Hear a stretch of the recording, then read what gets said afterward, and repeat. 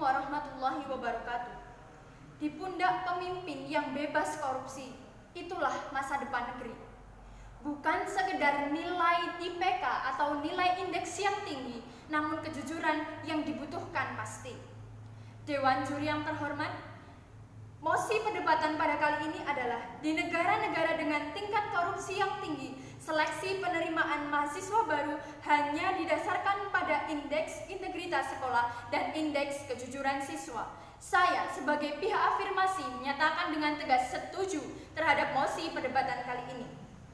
Latar belakang yang telah saya berikan pada pembukaan tadi sangatlah jelas bahwa dalam sebuah negeri dibutuhkan pemimpin, dibutuhkan generasi-generasi yang tak hanya cerdas dan tak hanya memiliki nilai yang tinggi, namun juga memiliki karakter dan kejujuran yang lebih tinggi dari segalanya. Karena karakter yang baik sangatlah penting dibutuhkan untuk menjalani kehidupan di masa depan.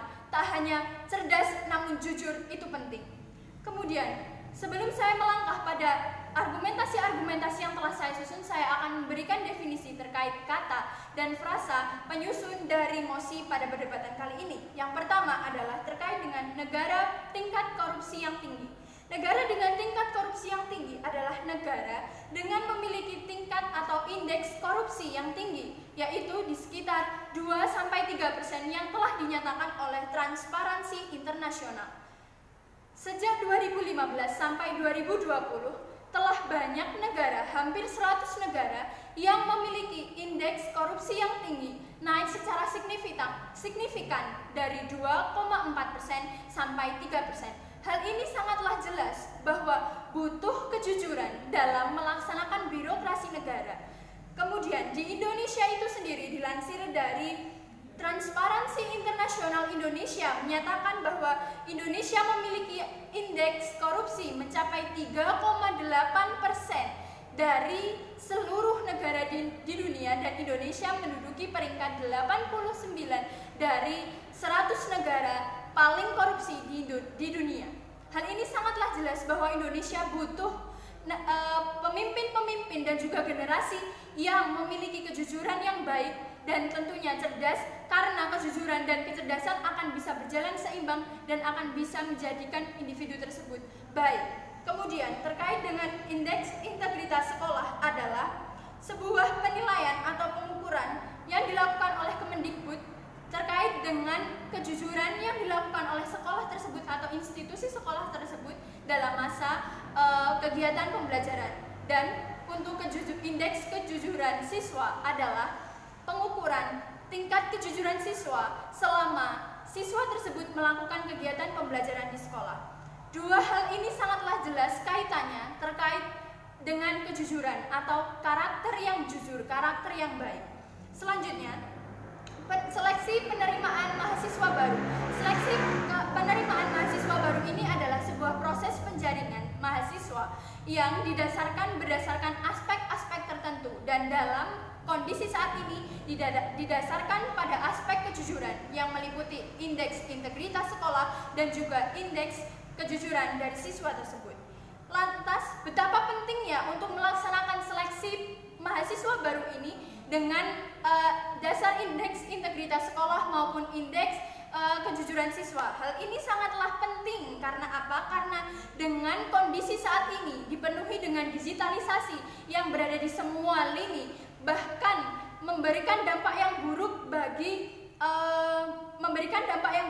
semuanya terkait dengan pendidikan karakter, terkikisnya moral, degradasi moral generasi-generasi yang ada. Hal ini sangatlah penting karena apa? Karena semua negara membutuhkan pemimpin dengan karakter yang baik agar dapat negaranya menjadi negara yang baik pula. Oleh karena itu, Dewan Juri yang terhormat, pelaksanaan seleksi berdasarkan integritas sekolah maupun berdasarkan indeks kejujuran siswa sangatlah penting dan sangatlah dibutuhkan dengan kondisi seperti sekarang ini.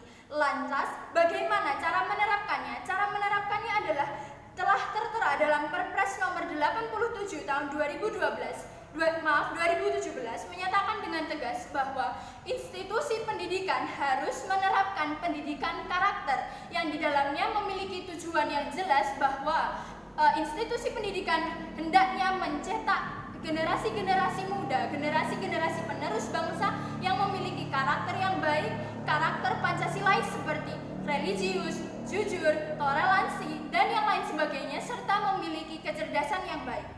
Jelas dikatakan bahwa butuh pendidikan karakter. Oleh karena itu, pendidikan karakterlah yang sangat pantas diterapkan dalam proses pembelajaran dan proses penerimaan ini. Adapun penjabaran tentang pendidikan karakter ini terkait dengan pendidikan karakter dalam penerimaan dan juga dalam pelaksanaan. Yang pertama adalah terkait dengan penerimaan. Penerimaan ini dilakukan secara jujur, baik dari berkas maupun apapun, dari segi sekolah maupun dari segi siswa. Sekolah akan memberikan daftar integritas yang telah diberikan oleh Kemendikbud yang akan menjadi modal bagi siswa dalam mendaftar di perguruan tinggi. Sedangkan siswa memiliki catatan terperinci dari sekolah terkait dengan karakter yang baik, terutama dengan kejujurannya dalam melaksanakan KBM selama di sekolah ini, dan digunakan juga sebagai model dalam penerimaan seleksi atau persaingan seleksi ini menuju universitas atau menjadi mahasiswa baru. Dari dua indeks atau dua modal yang dimiliki oleh siswa ini sudah bisa menjadi tolok ukur betapa jujurnya siswa itu, dan akan memiliki nilai kejujuran yang tinggi jika sekolahnya pun memiliki nilai integritas yang tinggi pula.